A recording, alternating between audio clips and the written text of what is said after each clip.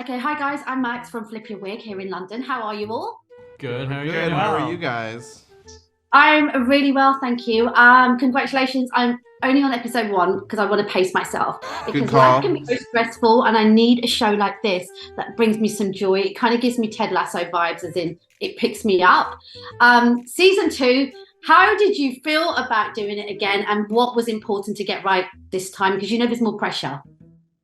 Yeah, I mean, it was really fun doing the first one. We had such a great experience doing it. The idea of doing it again was a no-brainer, and bringing in a bunch of new suspects and working with a bunch of new talented, funny actors was really exciting.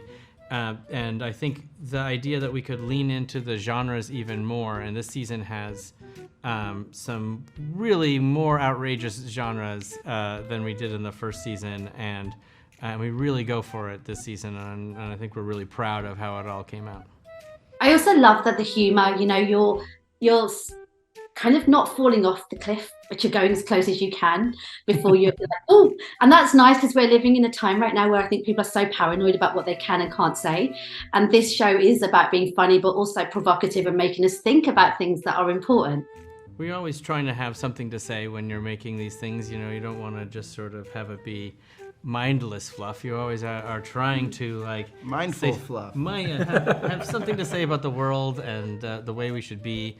One thing about the show that's really cool is that at its heart it's about empathy, because you start these episodes thinking one way about a character, and you're like, oh, this is the way I see this character, and by the end of the episode you're like, oh, I was totally wrong about them, and I now love this person, and I really hope they're not the killer.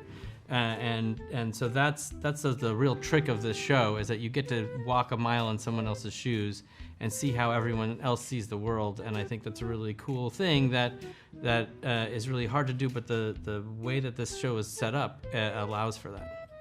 I don't know about kicking a dog though. I know. Well, that's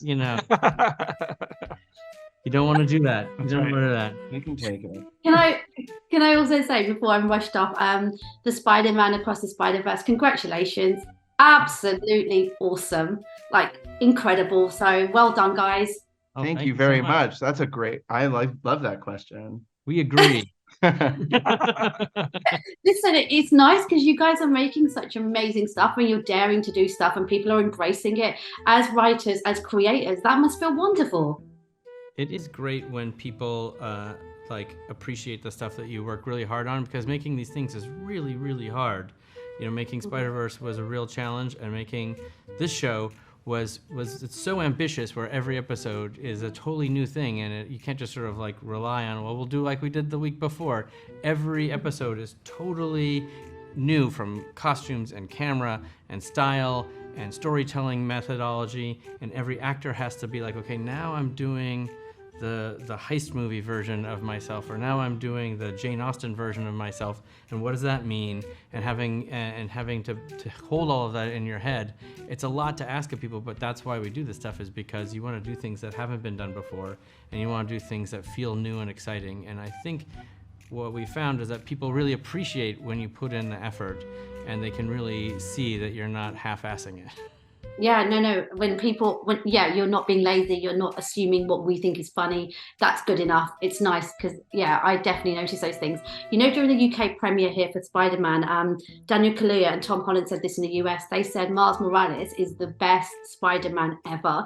Tom Holland even said that. What do you lot think? Well, art is of course a competition. And so everything should be ranked. Our goal ranked. is to win. You have to rank the best. Art must be ranked for sure. That's very flattering. It's nice that we found a profession where being obsessive weirdos is an advantage. That's right. Obsessive weirdos. That's a really great analogy for season 2 as well, I think. These characters, I was just talking to Poppy and to Vivian, and they were saying, I said, what was it like when it was cut? Were you just cracking up? She said, no, we were cracking up before we started shooting. That's how it was.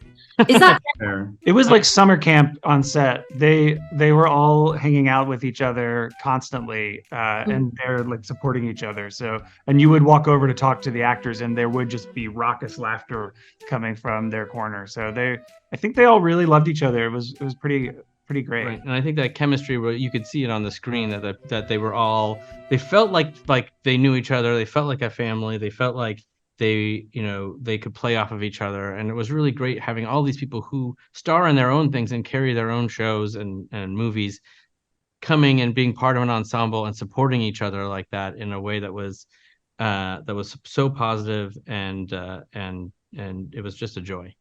That's nice. No big egos. Or they've all got big egos and they share the space. There are a lot of people who ought to have big egos that don't. Good to know. Guys, have a wonderful day. It's an absolute pleasure to talk to you all. And please continue being, what did you say? Obsessive weirdos. Oh, yes. Yeah. We will. We Good. can't Being afraid there's nothing we can do. All right. Thank you so much for the chat. Bye. Bye. Thanks for taking the time. Cheers. My pleasure.